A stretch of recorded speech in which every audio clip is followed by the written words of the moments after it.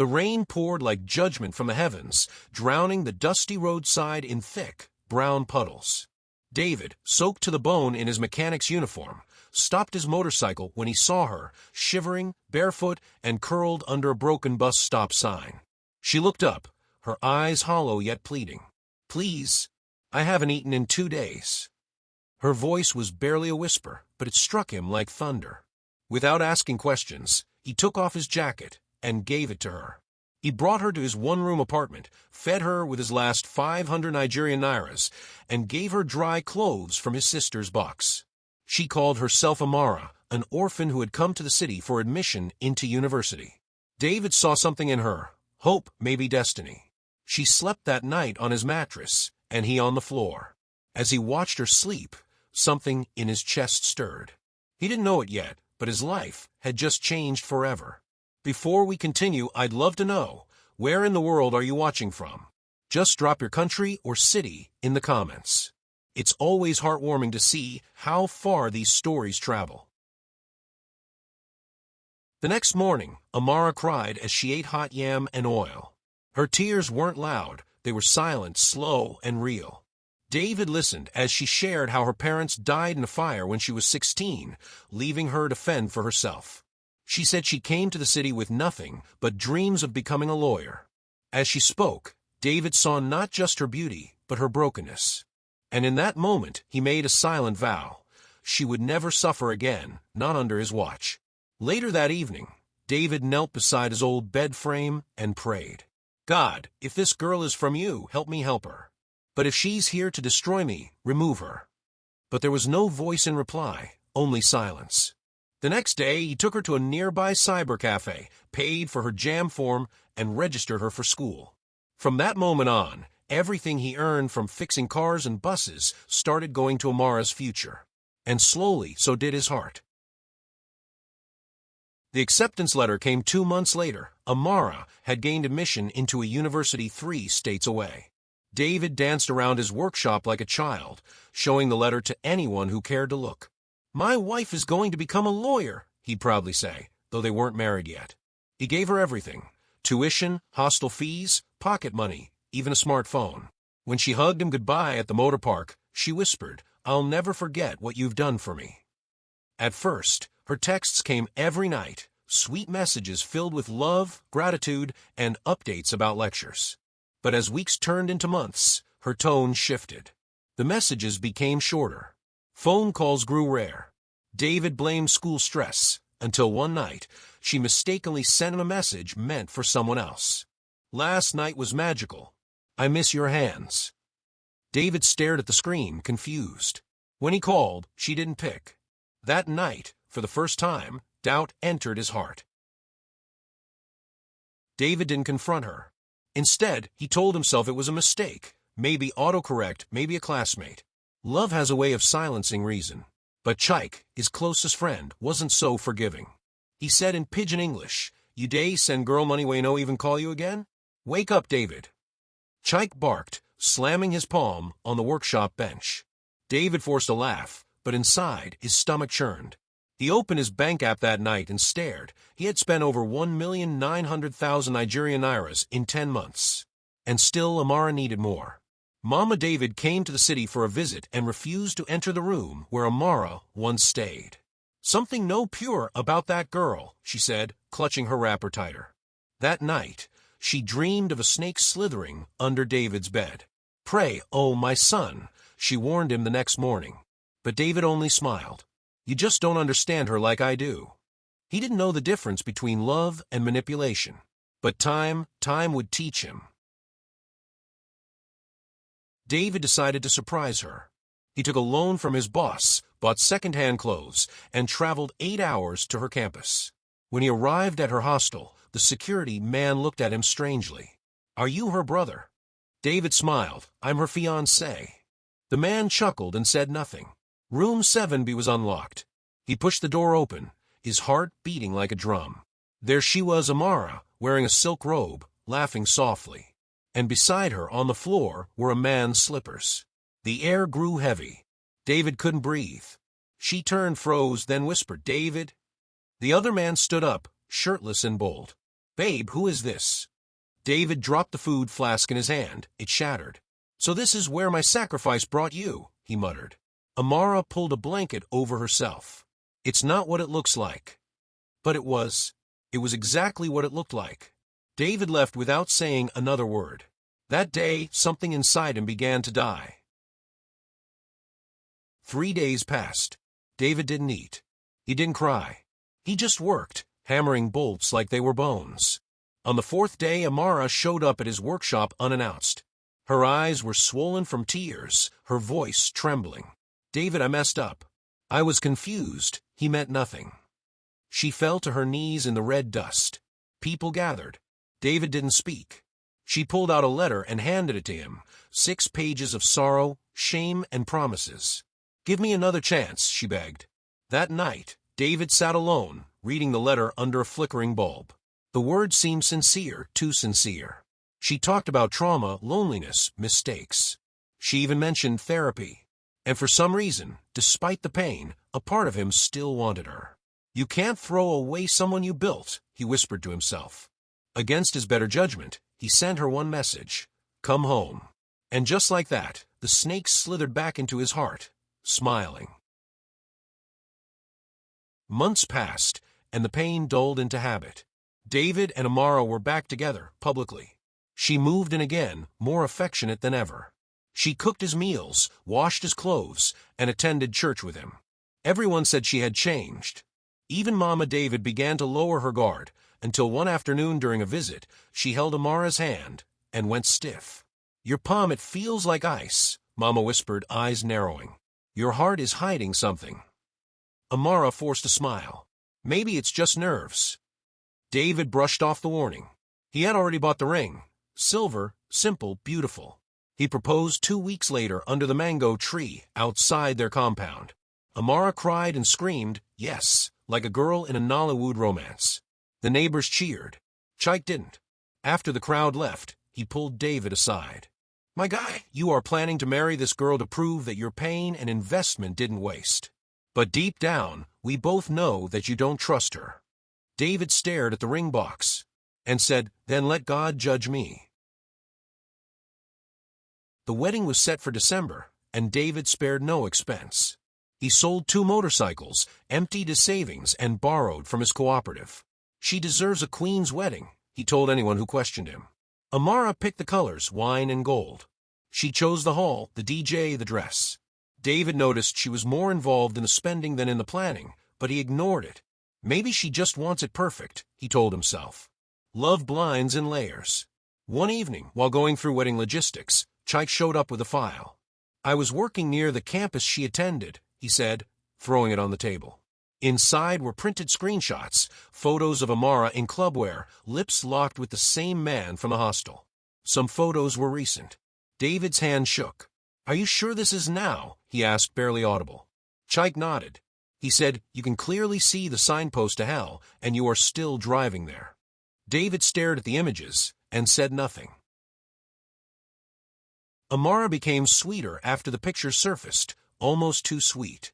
She began cooking David's favorite meals, massaging his shoulders after work, calling him "my king" at every opportunity. But something about her eyes had changed. They no longer smiled. David kept the photos hidden beneath his mattress. Every time she hugged him, he felt the cold weight of truth pressing against his back. Maybe people change, he told himself. But deep down, something inside him had gone quiet, numb. At night, he started having dreams, visions of himself lying in a casket, with Amara dropping a white rose into it. Once he woke up screaming, and she held him tight, whispering, "The devil is fighting us, but we'll win." But was it the devil or her? Mama David returned for a brief visit and refused to eat anything Amara cooked. "There's something in this house," she muttered, placing anointing oil on David's forehead. But by now, David was locked in body, spirit, and soul. The compound was buzzing. The tent was up, the caterers were on standby, and the band had done their sound check. Tomorrow was the big day. David sat outside under the moonlight, staring into space as the laughter of guests echoed from inside. Chike approached slowly, holding a bottle of malt. "If this is joy, why do you look like a man going to prison?" David chuckled faintly. Sometimes, love is just duty in disguise. He didn't sound sure. Chike placed a hand on his shoulder. Just make sure you're not burying yourself in a white suit. Later that night, David returned to his room. Amara wasn't there. He waited. Midnight came, still no sign of her. Just as he stood to go search, he heard whispers behind the kitchen wall. He tiptoed. Her voice was low, urgent. Once it's done, make sure the papers are ready. He won't suspect anything. Then silence. David's heart froze. He stepped back into the shadows. She returned moments later, smiling, holding a plate. Your favorite, goat pepper soup, she said. David stared at the bowl and didn't move. The morning sun rose with a strange silence. David sat still as his cousin helped him into the white Igbata he'd rented. His hands trembled slightly. From the mirror, he stared at himself, not as a groom, but as a man walking into a fog he could no longer see through. You're lucky, his cousin smiled. She's beautiful, educated, obedient. Women like that no day again. David forced a smile, then whispered beneath his breath, if only beauty showed its poison. The ceremony was loud. Trumpets, singing, dancing. Amara looked radiant in her gold lace gown. Her makeup was flawless, her smile sharp. Vows were exchanged. Applause followed. Chike stood at the edge of the crowd, watching every detail, arms crossed. As they cut the cake, Amara leaned close and whispered, from this day, we're one. David nodded, but his heart thudded like war drums. That night, as they entered the decorated honeymoon suite, a bottle of wine waited at the center of the bed, already uncorked. The room glowed with soft candlelight. Rose petals littered the sheets, and a slow jazz melody played from the Bluetooth speaker. Amara entered the bathroom, humming. David stood by the window, staring out into the black sky. His thoughts were louder than the music. She's planning something. You heard it. Yet part of him hoped he was wrong. When she returned in her robe, holding 2 wine glasses, his chest tightened. To forever, she said, handing him one. He stared at the glass. Thick aroma. Dark red. Drink, she whispered. Tonight is ours. He smiled, raised the glass to his lips, then paused. You first, he said gently. Her eyes flickered, but only for a second. She sipped slowly, then gestured. He took a deep breath and drank.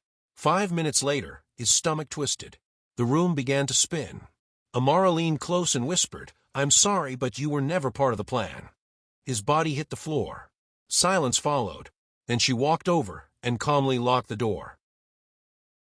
David lay cold on the floor, lips pale, breath shallow, but still breathing. Amara didn't notice. She checked his pulse, smiled faintly, then grabbed her phone. It's done, she whispered. Come tomorrow and bring the papers. She wiped her fingerprints off the wine glass and stuffed something small into her purse. Then she curled into bed like a satisfied queen.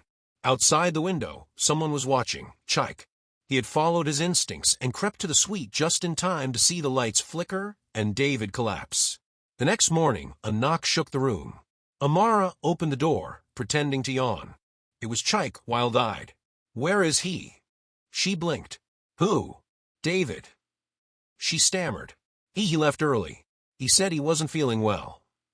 Chike pushed past her, found David unconscious, but breathing on the floor. Jesus, he screamed. Amara froze. Before she could explain, Chike was already dialing. Ambulance. Now. He's been poisoned. Amara stared at him. For the first time, her mask cracked. The hospital smelled of disinfectant and fear. David was rushed into emergency, his body twitching, pupils dilated. The doctors moved fast, pumping fluids, running tests. Chike paced the hallway like a lion in a cage, fists clenched. Amara sat quietly, too quiet. No tears. No panic. Just silence. What exactly did you give him? Chike finally asked. She blinked. Why would I poison my husband? He leaned in. Because your lies are choking you. And this time, you messed with the wrong man. The test results came back, traces of digitalis, a rare but deadly plant extract. Someone wanted his heart to stop, the doctor said grimly. Meanwhile, David remained unconscious, fighting for his life. Chike filed a report with the police immediately. As two plainclothes officers approached Amara, she stood to leave. "Madam, you're not going anywhere," one said. Her hands trembled slightly. "You can't prove anything." But her voice had lost its fire. What she didn't know was, David's phone had been recording the entire night. While David battled for his life, Chike unlocked the final clue. He opened David's phone, protected by fingerprint, yes, but David had trusted him once. The last voice memo was clear, Amara's whisper, "You were never part of the plan." Chike's blood boiled. He sent it straight to the police. But something wasn't adding up. Her boldness, her coldness, it felt trained. Back home, Mama David received the news and collapsed in prayer. That girl was a shadow, she wept. She never had roots. Detective Angela Oduro arrived on the case. Within hours, she traced Amara's identity back to a small slum in Makoko. Her real name wasn't Amara, it was Beezy. A runaway, expelled from 2 schools. A suspected accomplice in an older fraud case. "She's been building a mask for years," Angela said. David was just the final piece. Meanwhile, Amara sat in custody, hands folded. "If he dies, you're looking at life," the officer warned. She smirked. "I've already died 100 times. This is nothing." But deep inside, the walls were caving in. The beep of the heart monitor echoed steadily. Then his finger twitched. His eyes fluttered open. David gasped, coughing violently as nurses rushed in. He was alive. Barely, but alive. Chike burst into tears when he got the call. The man he called brother had beaten death. "Don't speak," the doctor warned. "Your body is still weak." David tried anyway. "Wife poison," the nurse nodded. "We know. The police know. Rest, sir. Justice is waiting." Back at the station, Amara sensed it. Something had shifted. The detective walked in, holding David's phone. "We have your voice," she said coldly. "We know your name isn't Amara. And we know this wasn't your first con." For the first time, Amara's face fell. Not fear, not regret, but rage. "He was supposed to die," she whispered. "He had no right to survive." The room went quiet. Angela leaned forward. "Why? What did he ever do to you?" Amara laughed bitterly. "He believed in me. That was his mistake." David's strength returned slowly. His mother sat by his bedside, singing softly, tears falling into the fabric of her wrapper. Chike updated him gently on everything. The poison, the recording, her arrest. David barely blinked. "She planned it for years," he whispered. "She was never who you thought," Chike said. "But she left crumbs." One of those crumbs was a tailor from Yaba, Mama Nkechi. She'd sewn Amara's wedding gown and overheard a strange phone call during a late fitting. She said something about documents and timing. Mama Nkechi told Detective Angela. She said, "Once I sign those papers and he drinks, it's done." I thought she was joking. God forgive me. That testimony, along with the voice recording and toxicology report, built a case stronger than concrete. But Angela sensed there was still more, someone else involved. "A woman like that doesn't act alone," she said. Meanwhile, Amara sat in her cell, whispering to herself, "He was just step 1. There's still step 2. Detective Angela dug deeper, and the pieces began to connect. Amara's call logs revealed frequent, late-night conversations with a mysterious contact saved as Uncle L. But this man wasn't family. He was Lekin Owolabi, a known fraud kingpin with deep ties in blackmail, forgery, and marriage scams. Angela's breath caught. She wasn't the mastermind, she was the bait. The poison, the fake documents, the marriage, it was a long con funded and orchestrated by Lekin. And David? Just another number in the game. Meanwhile, in the prison holding cell, Amara received a visitor. Tall, dark-skinned, with calm eyes and a scar across his cheek, Lekin. He didn't smile. "I told you not to get emotional," he said. "Now look." She lowered her gaze. "He was different," she whispered. "I didn't mean to. Spare me," he snapped. "You almost exposed us. I'll fix it. But if you talk, you'll wish you'd stayed in that slum." The guard knocked. "Time's up." As Lekin walked out, he paused, glanced at the camera, and smiled at it. David sat across from Detective Angela, eyes still weak, but fire burning behind them. "I want to testify," he said. "Not yet," she replied. "We need Amara to talk first, on record. Lekin is the real cancer." Angela returned to the cell. "Talk, and you get years off your sentence. Stay silent, and he walks while you rot." Amara looked away. "He'll kill me." Angela leaned forward. "Then let's bury him first." For the first time, Amara hesitated. Her hand trembled. "I have a USB," she whispered. "Everything. Bank records. Chats."